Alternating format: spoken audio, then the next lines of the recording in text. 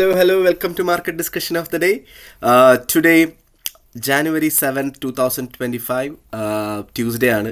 So നമ്മൾ എല്ലാ ദിവസത്തെയും പോലെ ഫണ്ടമെൻ്റൽസിൽ നമ്മൾ സ്റ്റാർട്ട് ചെയ്യുകയാണെങ്കിൽ ഇന്ന് പ്രത്യേകിച്ച് കലണ്ടർ ബേസ് ചെയ്യുന്ന ഫണ്ടമെൻ്റൽസ് ഒന്നും തന്നെ ഇല്ല എന്നുള്ളതാണ് എനിക്ക് ആദ്യമേ പറയാനുള്ളത്. ഇപ്പം നമ്മൾ നോക്കിക്കഴിഞ്ഞാൽ നമുക്ക് 10 മണിക്ക് UK ടൈമിംഗ് 10 മണിക്ക് യൂറോ സോണിൽ നിന്ന് നമുക്ക് CPIയുടെ ന്യൂസ് വരുന്നത് ഒഴിച്ചു കഴിഞ്ഞാൽ വേറെ പ്രത്യേകിച്ച് ന്യൂസുകളൊന്നും തന്നെ ഇല്ല.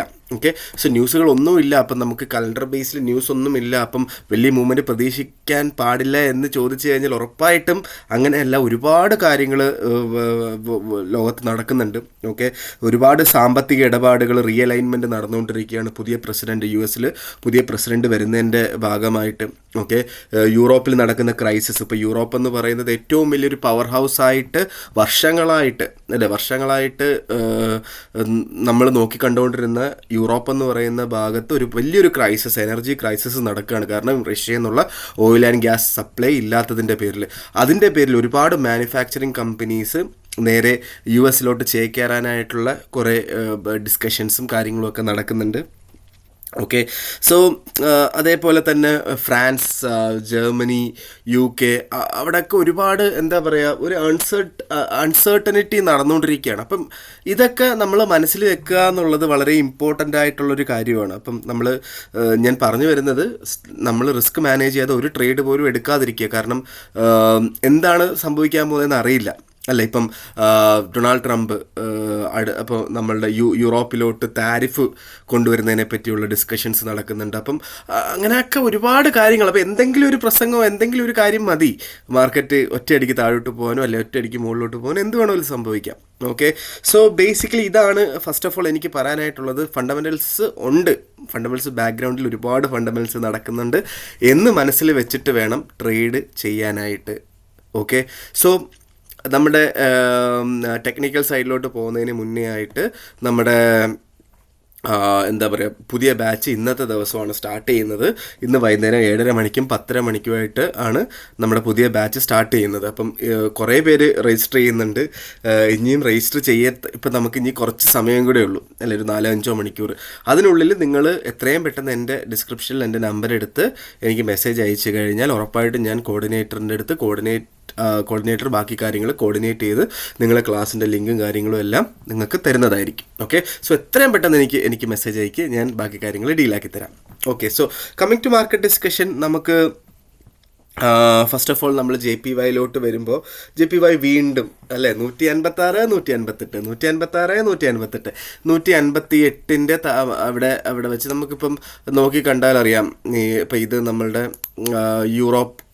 യൂറോപ്പ് ഓപ്പണിംഗ് ടൈമാണ്. അപ്പോൾ ഇവിടെ വെച്ച് നമുക്ക് എന്താ പറയുക, സെല്ലെടുത്തിട്ടുള്ള ആൾക്കാർക്ക് ഇപ്പോൾ ഓൾമോസ്റ്റ് ഒരു 40 പിപ്സ് ലാഭം വന്നിട്ടുണ്ട്.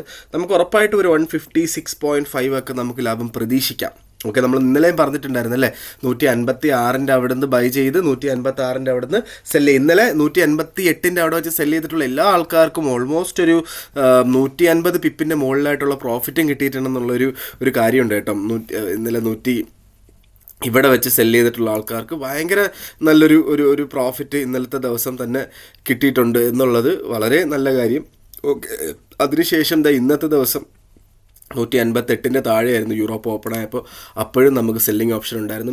അതും നമുക്ക് നല്ല രീതിയിൽ ഒരു 156.50 അവിടെ വെച്ച് നമുക്ക് ടേക്ക് പ്രോഫിറ്റ് എടുക്കാം. ഓക്കെ, വീണ്ടും നമുക്ക് 156 അവിടെ നിന്ന് വീണ്ടും ബൈ ചെയ്യാം. ഉറപ്പായിട്ട് ഇതിനെല്ലാം സ്റ്റോപ്പ് ലോസ് വെക്കണം എന്നുള്ളൊരു കാര്യം മാത്രം മനസ്സിൽ വെക്കുക. ഓക്കെ, സോ ഇതേവരെ മാർക്കറ്റ് മുകളിലോട്ട് പോവുകയാണ്, 162 പോവുകയാണെന്നുള്ളൊരു സിഗ്നൽ ഇതേവരെ കാണിച്ചിട്ടില്ല. ഒരു 1-2 മാർക്കറ്റ് ഓപ്പണിങ്സിനോ ക്ലോസിങ്ങിനോ 158 മുകളിലായിട്ട് മാർക്കറ്റ് വന്നാൽ മാത്രമേ നമുക്ക് ഉറപ്പിക്കാൻ പറ്റുള്ളൂ എന്താണ് മാർക്കറ്റ് 162 അങ്ങനെ 162 എത്തിക്കഴിഞ്ഞാൽ അവിടുന്ന് നമുക്ക് ബൾക്കായിട്ട് സെല് ചെയ്യാനായിട്ടുള്ളൊരു ഓപ്പർച്യൂണിറ്റി ഉണ്ട്. കാരണം എന്താണ്, അത് all time high of JPY ആണ്. ഓക്കെ, സോ ഇതാണ് എനിക്ക് JPY പറയാനുള്ളത്. രണ്ടാമത് നമ്മൾ യൂറോയിലോട്ട് വരുമ്പം യൂറോ തൽക്കാലം മാറി നിൽക്കുക. യൂറോ ഇപ്പോൾ 1.04325 ആണ് നിൽക്കുന്നത് ഇപ്പോഴത്തെ പ്രൈസ്. യൂറോപ്പിൽ ഇത്രയും പ്രശ്നങ്ങൾ നടന്നു നിൽക്കുന്ന സമയത്ത് നമുക്ക് ട്രേഡ് ചെയ്യാതിരിക്കുന്നതായിരിക്കും നല്ലത്. കാരണം വേറെ ഒരുപാട് പേഴ്സ് ഉണ്ടല്ലോ നമുക്ക് ട്രേഡ് ചെയ്യാനായിട്ടല്ലേ. അപ്പോൾ യൂറോയിൽ നമുക്കൊരു ബൈ പോയിന്റ് എന്ന് പറയുന്നത് 1.0500 മുകളിൽ മാത്രമേ ഉള്ളൂ. ഓക്കെ, അതും ഒരു സ്ട്രോങ് ബൈ ഞാൻ റെക്കമെൻഡ് ചെയ്തത് 1.0800 മുകളിൽ മാത്രമാണ് ഒരു സ്ട്രോങ് ബൈ ഞാൻ റെക്കമെൻഡ് ചെയ്യുന്നത്. ഓക്കെ, ഉറപ്പായിട്ടും 1.0500 അടുത്ത് എത്തുമ്പം അത് റെസിസ്റ്റൻസ് ഉണ്ടാവും. അത് മിക്കവാറും അവിടെ വെച്ച് റെസിസ്റ്റ് ആവും. വേണം എന്നുള്ള ആൾക്കാർക്ക് അവിടെ വെച്ച് സെല്ല് ചെയ്യാം. ഓക്കെ, അതിനുശേഷം അല്ലെങ്കിൽ മാർക്കറ്റ് താഴോട്ട് പോയി 1 എന്ന് പറയുന്ന, അതായത് $USD ഈക്വൽ ടു യൂറോ എന്ന് പറയുന്ന ആ ഒരു പോയിന്റിൽ എത്തിക്കഴിഞ്ഞാൽ നമുക്ക് അവിടെ നിന്നും ബൈ ചെയ്തുകൊണ്ട് സ്റ്റാർട്ട് ചെയ്യാം എന്നുള്ളതാണ് യൂറോയിൽ എനിക്ക് പറയാനായിട്ടുള്ളത്. നേരെ നമ്മൾ GBPയിൽ വന്നു കഴിഞ്ഞാൽ ഇന്നലെയും GBP വീണ്ടും നമുക്ക് ഓപ്പർച്യൂണിറ്റി തന്നിരിക്കുകയാണ് സുഹൃത്തുക്കളെ. ഇന്നലെ നമുക്ക് 1.2500 അടുത്ത് വെച്ച് വീണ്ടും നമുക്ക് ബൈ ഓപ്പർച്യൂണിറ്റി കിട്ടി. ആ ബൈ എടുത്ത് അത്യാവശ്യം നല്ല പ്രോഫിറ്റ് ആക്കിയിട്ടുള്ള ഒരുപാട് ആൾക്കാരുണ്ടാവും അല്ലേ. ഞാനും ഇന്നലെ എടുത്തിട്ടുണ്ട്. ഞാനത് ക്ലോസ് ചെയ്തു. ഇന്ന് രാവിലെ ഞാൻ ക്ലോസ് ചെയ്തു. അത്യാവശ്യം നല്ലൊരു പ്രോഫിറ്റ് വന്നപ്പോഴത്തേക്കും ഞാൻ ക്ലോസ് ചെയ്തു. വീണ്ടും ഞാൻ ബൈ ലിമിറ്റ് ഇട്ട് വെച്ചിട്ടുണ്ട്. അപ്പം ഇതാണ്, അതായത് 1.2500 ഒരു വൻ സപ്പോർട്ടാണ്. ഇന്നലെ നിങ്ങൾ പെട്ടെന്ന് മാർക്കറ്റ് 1.2450 അവിടെ നിന്ന് മുകളിലോട്ട് കയറി പോകുന്നത് കണ്ടു. അതിനുശേഷം ഒരു വട്ടം പോലും 1.2500 താഴെയായിട്ട് മാർക്കറ്റ് വന്നിട്ടുമില്ല. അപ്പോൾ എന്താണ്, മാർക്കറ്റ് അപ് ട്രെൻഡിലോട്ടായി എന്ന് നമുക്ക് ഇതാക്കാം. അപ്പോൾ ഉറപ്പായിട്ട് നമുക്ക് 1.2600 റെസിസ്റ്റൻസ് ഉണ്ടാവാനായിട്ടുള്ള പോസിബിലിറ്റി ഉണ്ട്. ഓക്കെ, അങ്ങനെ പോസിബിലിറ്റി ആയിട്ട് താഴോട്ട് വന്ന് വീണ്ടും നമുക്ക് 1.2500 എന്ന് പറയുമ്പോൾ ഈ 1.2500 എന്ന് പറയുന്ന വരയിൽ വന്ന് നിൽക്കും എന്നൊന്നും ഒരിക്കലും വിചാരിക്കരുത് കേട്ടോ. 1.2500 എന്ന് പറയുമ്പോൾ 1.2510, 1.2520 അതിലൊക്കെ നമുക്ക് ചെറിയ ചെറിയ ലോട്ടുകൾ എടുക്കാം എന്നുള്ളതാണ്. കാരണം നമുക്ക് ഓപ്പർച്യൂണിറ്റി മിസ്സായി പോരുതല്ലോ അല്ലേ.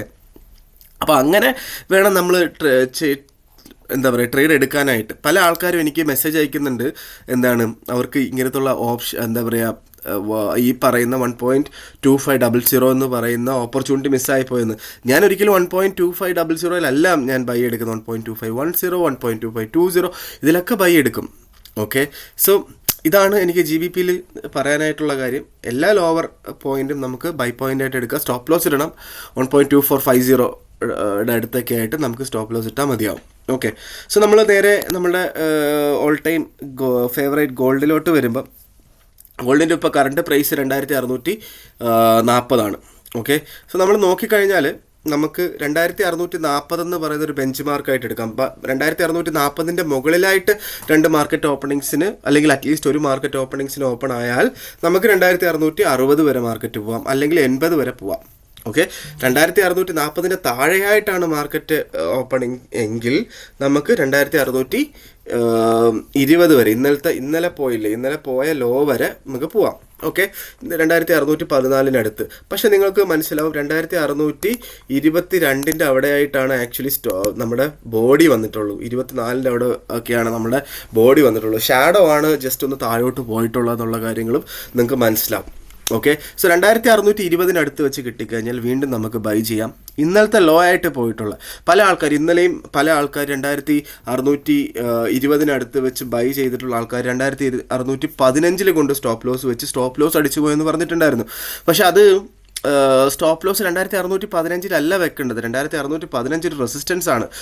ആ റെസിസ്റ്റൻസിൻ്റെ $2 താഴെയായിട്ട് 2613 12 വേണം നമ്മളൊരു സേഫ്റ്റിക്ക് ആക്ച്വലി നമ്മൾ സ്റ്റോപ്പ് ലോസ് വെക്കാനായിട്ട്. ഓക്കെ, സോ അത് നമ്മൾ മനസ്സിൽ വെക്കുക. സ്റ്റോപ്പ് ലോസ് ഇടാൻ നേരത്ത് പ്രോപ്പറായിട്ട് സ്റ്റോപ്പ് ലോസ് കാരണം നിങ്ങൾ സ്റ്റോപ്പ് ലോസ് അടിച്ചിട്ട് മാർക്കറ്റ് തിരിച്ച് പോയത് കണ്ടില്ലേ. അപ്പോൾ അത് ആ റെസിസ്റ്റൻസിൻ്റെ $2-3 കാരണം ഇപ്പോഴത്തെ സിറ്റുവേഷൻ, പണ്ടൊക്കെ ആയിരുന്നെങ്കിൽ ഞാൻ പറയും $2 കറക്റ്റ് $2 ഇട്ടാൽ മതി, 2613 എന്ന് പറയും. ഓക്കെ, പക്ഷെ ഇപ്പം ഞാൻ പറയുന്നത് $3-4 ഇടണം. കാരണം ഇപ്പോഴത്തെ മാർക്കറ്റിൻ്റെ കണ്ടീഷൻ ഇച്ചിരി അൺസർട്ടൻ ആയതുകൊണ്ടിട്ടാണ്. ഓക്കെ, ഈ ഡൊണാൾഡ് ട്രംപ് ഒക്കെ ഒന്ന് വന്നിട്ട് ഈ വാറൊക്കെ ഒന്ന് അവസാനിച്ച് കുറച്ചൊരു പീസ്ഫുൾ സിറ്റുവേഷനിലോട്ട് ആവട്ടെ. നമുക്ക് ഈ പറയുന്ന നമ്മൾ ഈ $2 എന്ന് പറയുന്നത് $2 താഴോട്ട് പോകത്തില്ല ഒരിക്കലും മാർക്കറ്റ്. ഓക്കെ, സോ ഇത്രയാണ് എനിക്ക് ഇന്നത്തെ ദിവസം എനിക്ക് പറയാനായിട്ടുള്ളത്. ഗോൾഡിൽ പറയുകയാണെങ്കിൽ 2620 അടുത്ത് വെച്ച് നമുക്ക് വേണമെങ്കിൽ ബൈ ചെയ്യാം. ഓക്കെ, 2615 $2-3 താഴെയായിട്ട് സ്റ്റോപ്പ് ലോസ് ഇടുക.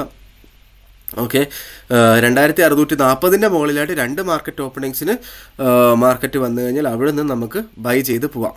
ഓക്കെ, സോ 2620 താഴെയായിട്ട് ഒരു മാർക്കറ്റ് ഓപ്പണിങ്സ് നടന്നാൽ അത് ചിലപ്പോൾ 2600 വരെ പോകാനുള്ള പോസിബിലിറ്റി ഉണ്ട് എന്ന് ഞാൻ ഒന്നുകൂടെ ഓർമ്മിപ്പിച്ചുകൊണ്ട്, ഒരു കാരണവശാലും സ്റ്റോപ്പ് ലോസ് ഇല്ലാതെ ട്രേഡ് ചെയ്യരുത് എന്ന് ഒന്നുകൂടെ ഓർമ്മിപ്പിച്ചുകൊണ്ട് ഞാൻ ഇന്നത്തെ ദിവസത്തെ മാർക്കറ്റ് ഡിസ്കഷൻ കൺക്ലൂഡ് ചെയ്യാണ്. ഇന്ന് ഒന്നുകൂടെ ഞാൻ ഓർമ്മിപ്പിക്കുകയാണ്, ഇന്ന് നമ്മുടെ പുതിയ ബാച്ച് സ്റ്റാർട്ട് ചെയ്യാണ്. രാത്രി 7:30 മണിക്കും 10:30 മണിക്കും ആയിട്ടാണ് ഈ ബാച്ച് സ്റ്റാർട്ട് ചെയ്യുന്നത്. ഈ യൂട്യൂബ് ചാനൽ കണ്ടുകൊണ്ടിരിക്കുന്ന ആൾക്കാർ നിങ്ങളുടെ ഫ്രണ്ട്സോ ഫാമിലിക്കോ ക്ലാസ് അറ്റൻഡ് ചെയ്യണം എന്നുണ്ടെങ്കിൽ ഉറപ്പായിട്ടും ഡിസ്ക്രിപ്ഷനിൽ നിന്ന് എൻ്റെ നമ്പർ എടുത്ത് കൊടുത്തു കഴിഞ്ഞാൽ അവർക്ക് മെസ്സേജ് അയച്ചു കഴിഞ്ഞാൽ ഞാൻ ബാക്കി കാര്യങ്ങൾ കോർഡിനേറ്റ് ചെയ്യുന്നതായിരിക്കും. ഓക്കെ ഗൈസ്, അപ്പോൾ എന്തായാലും മാർക്കറ്റ് ഡിസ്കഷനായിട്ട് നാളെ കാണുന്നത് വരെ ഗുഡ് ബൈ.